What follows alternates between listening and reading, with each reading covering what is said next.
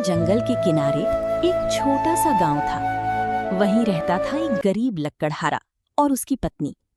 दोनों का जीवन गरीबी में गुजर रहा था। लेकिन सबसे बड़ी मुसीबत गरीबी नहीं, बल्कि रोज की लड़ाई थी।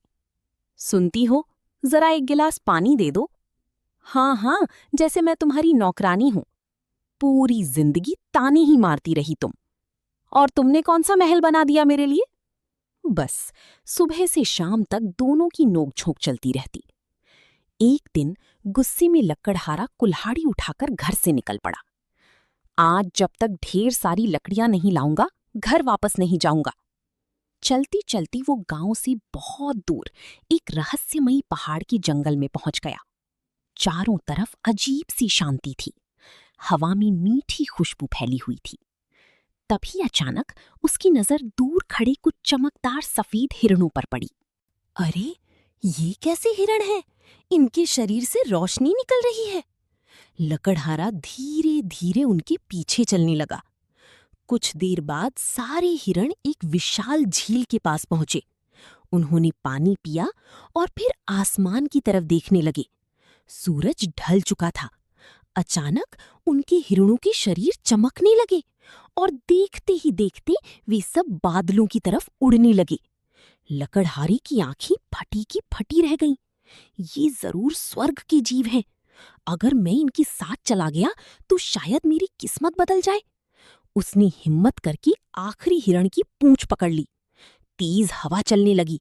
बादल उसके चारों तरफ घूमने लगे और कुछ ही पल में वो पहुंच गया एक अद्भुत दुनिया में। चारों तरफ सोने की महल, हीरे जवाहरात सी चमकती सड़कें, दूध की नदियां, मिठाइयों के पहाड़।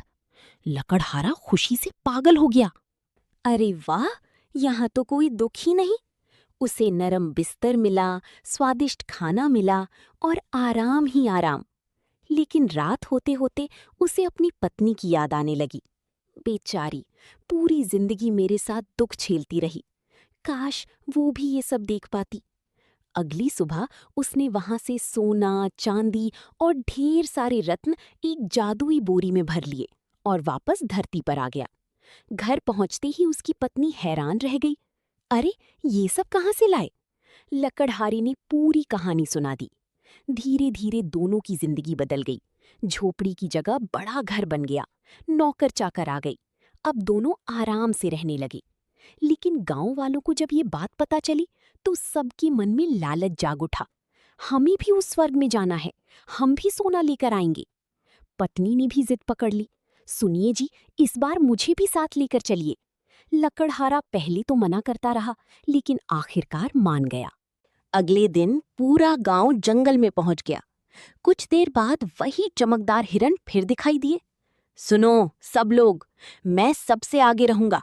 मेरी पत्नी मेरे पैर पकड़ेगी और तुम सब एक दूसरे को पकड़ लेना। किसी ने हाथ छोड़ा तो सीधा नीचे गिरोगे। सबने डरते हुए हाँ कर दी। जैसे ही हिरण उड़ने लगे, लकड़हारे ने उनकी पूंछ पकड़ ली। उसके पीछे उसकी पत्नी, फिर गांव वाले, सब हवा में उड़ने लगे। ऊपर जाते जाते गांव वाले उत्साह में पूछने लगे, अरे वहां कितना सोना है? बहुत ज्यादा। महल कितना बड़ा है? बहुत बड़ा। इतना बड़ा? लकड़हारा समझाने के लिए दोनों हाथ फैलाकर दिखाने लगा। अरे, इतना बड़ा।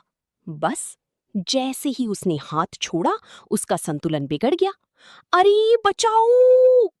और फिर एक एक करके सारे लोग आसमान से नीचे गिरने लगे। कौन कहाँ गिरा, किसी को कभी पता नहीं चला। और उसी दिन से स्वर्ग तक पहुंचने का रास्ता हमेशा के लिए खो गया। जरूरत से ज्यादा लालच इंसान से उसका मिला हुआ सुख भी छीन लेता है। अगर आपको ये कहानी पसंद आई हो तो वीडियो को लाइक करें, चैनल को सब्सक्राइब करें और ऐसी ही रहस्यमयी कहानियों के लिए जुड़े रहें लिटिल वंडर फेबल्स के साथ।